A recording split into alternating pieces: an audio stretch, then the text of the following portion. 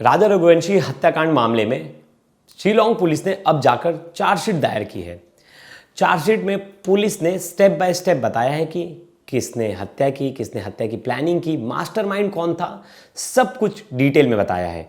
वहीं ये chargesheet file करने में पूरे 90 से ज़्यादा दिन का समय लग गया और आप कह लीजिए कि 100 दिन में बस 3 दिन कम बचे थे।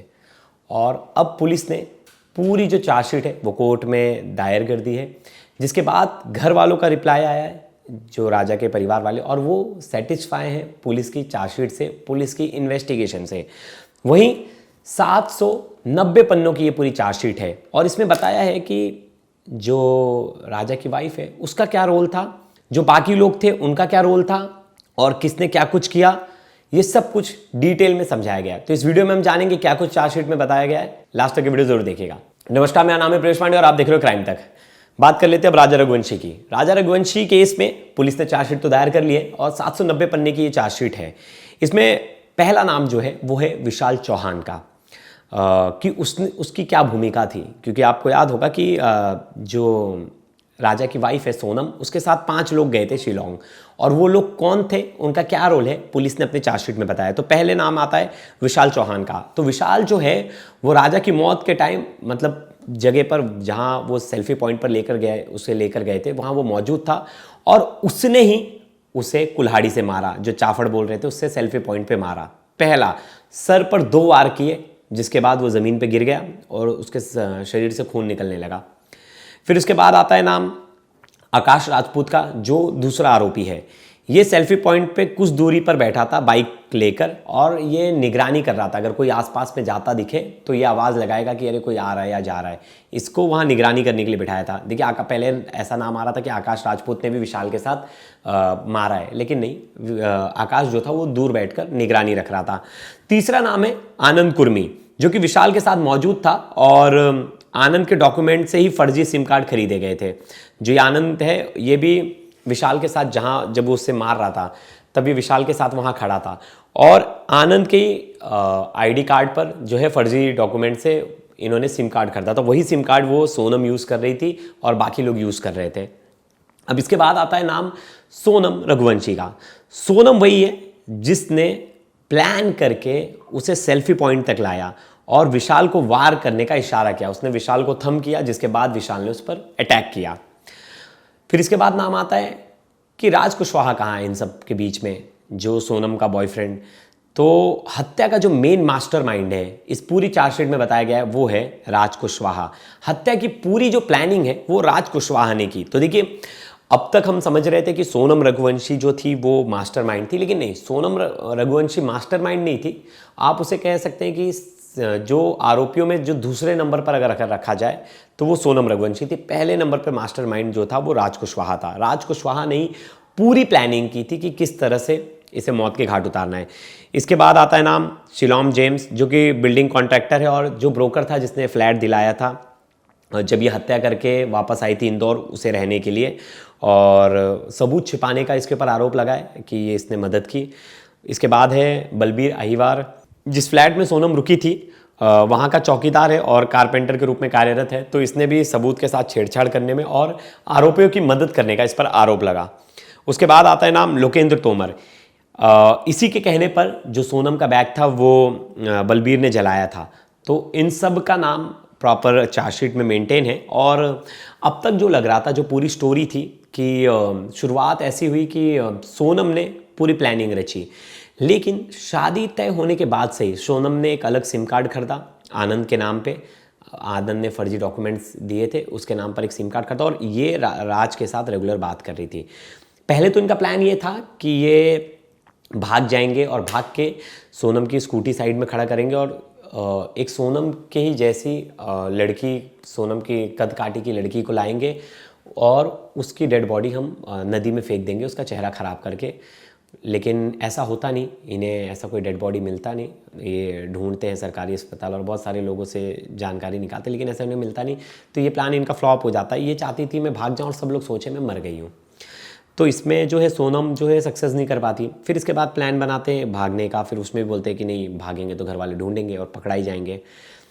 फिर जाके अब कहीं ना कहीं से डर लग रहा था, जो सोनम का बॉयफ्रेंड है वो सोच रहा राज कुशवाहा, उसे डर लग रहा था कि अब शादी हो जाएगी, और अगर शादी के ज़्यादा दिन ये राजा के साथ रहने लगी तो फिर कहीं ना कहीं दोनों में प्यार हो जाएगा, और प्यार हो जाएगा तो शायद सोनम मुझसे अलग ना हो जाए, इस बात का उसको डर था। तो उसने बहुत जल्दबाजी दिखाई। जैसे ही सोनम की शादी हुई, उसने बिना देरी किए उसने प्लान बनाया कि तुम इसे हनीमून पर ऐसी जगह लेके जाओ जहाँ कोई ना हो, कम लोग आते जाते। तो ये सब ढूंढ रहे थे, ये बहुत सारी लोकेशन देख रहे थे, ये पहाड़ियों की लोकेशन सर्च कर रहे थे।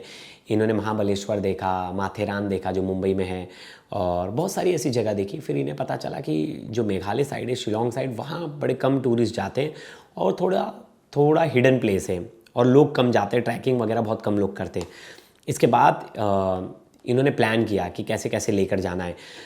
तो सोनम ने बाकायदा टिकट्स बुक किए, सोनम ने डेस्टिनेशन प्लान किया, और सोनम ने ही जाने का जो टिकट किया, लेकिन आने का टिकट नहीं किया, क्योंकि उनका प्लान पहले से सेट था कि हत्या करनी है। हत्या करने के बाद सोनम जो है फरार हो जाएगी और लोगों को लगेगा कि दोनों गायब हैं। बाद में वो दिखाएगी, ऐसा नाटक करेगी कि वो किडनैप थी, उसे लोगों ने किडनैप किया था, या तो सामने ही नहीं आएगी, लोग उसे मरा समझ लेंगे।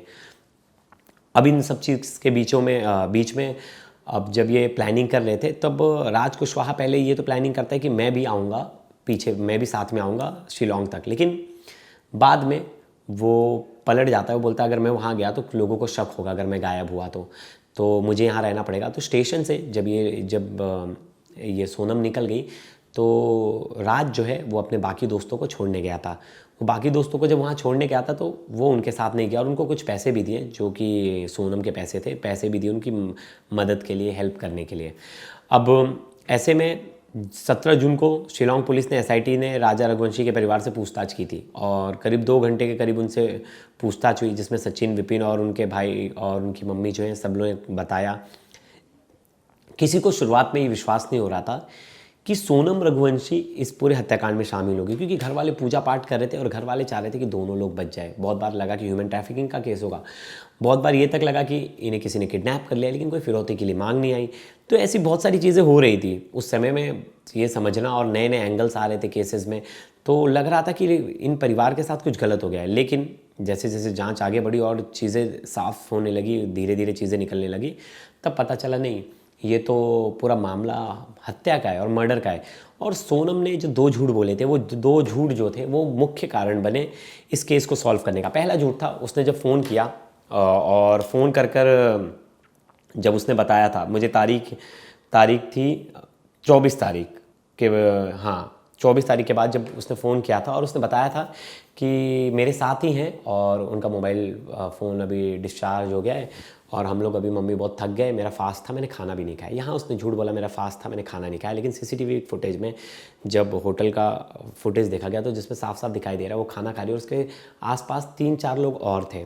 तो पुलिस का शक गहरा है। पुलिस ने देखा किसने अपना एक बैग जो मंगलसूत्र वाला था वो होटल में ही छोड़ दिया, और बाकी ये नॉर्मल कपड़े पहनकर निकल गई। लेकिन इसके साथ एक लड़का नहीं था जो इसके साथ आया था, वो था राजा रघुवंशी। जब पुलिस ने लोकल लोगों से पूछा, लोकल गाइड से पूछा, तो उसने बोला कि मैंने इसे जाते तो देखा उस आदमी के साथ, लेकिन आई ये अलग लड़कों के साथ, 4 अलग लड़के थे। पुलिस ने यहाँ से ही तफ्तीश शुरू की और पुलिस ने इसी को लीड माना, और पुलिस ने इन्वेस्टिगेशन जब स्टार्ट किया तो पुलिस को कड़ी दर कड़ी मिलती गई और बहुत सारे सबूत मिलते गए। पहला तो सीसीटीवी था होटल का और वहाँ जो रिकॉर्ड मेंटेन थे।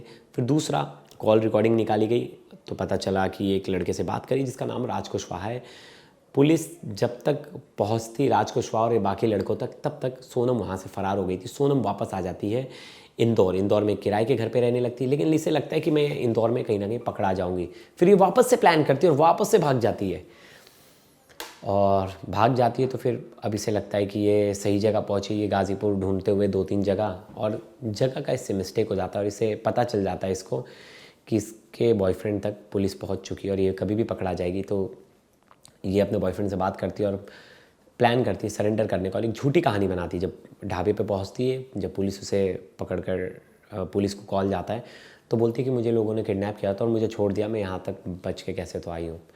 लेकिन कहीं ना कहीं स्टोरी तो पूरी तरह से फर्जी थी, तो सच छुपा नहीं। लेकिन सवाल यही था कि इन्होंने मारा क्यों राजा को?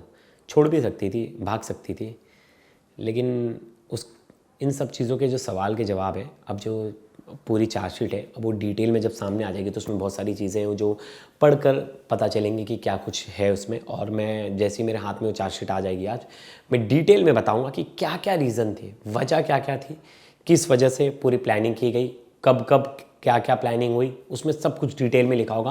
वो डिटेल में मैं आपके सामने वो चार्जशीट लेकर बैठूंगा और आपको बताऊंगा कि क्या कुछ था। अभी तो हमें ये पता चल गया कि किसका क्या रोल था, किसने हत्या की, किसने प्लानिंग की, कौन मास्टरमाइंड था, ये तो पुलिस ने बता दिया है। लेकिन अब बस ये पता चलना बाकी है कि वजह क्या क्या थी, इतनी जल्दबाजी क्यों की गई, प्लानिंग शादी के जस्ट बाद ही क्यों की गई, रुके क्यों नहीं दोनों। तो ये सब चीज़ें जो है वो चार्जशीट के पन्नों में ही उसके राज जो है वो दबे हैं। और जब चार्जशीट के पन्ने हमारे पास आ जाएंगे तब मैं आपको डिटेल में पूरी कहानी बताऊंगा। तब तक के लिए धन्यवाद दोस्तों, कमेंट्स कीजिएगा ढेर सारे।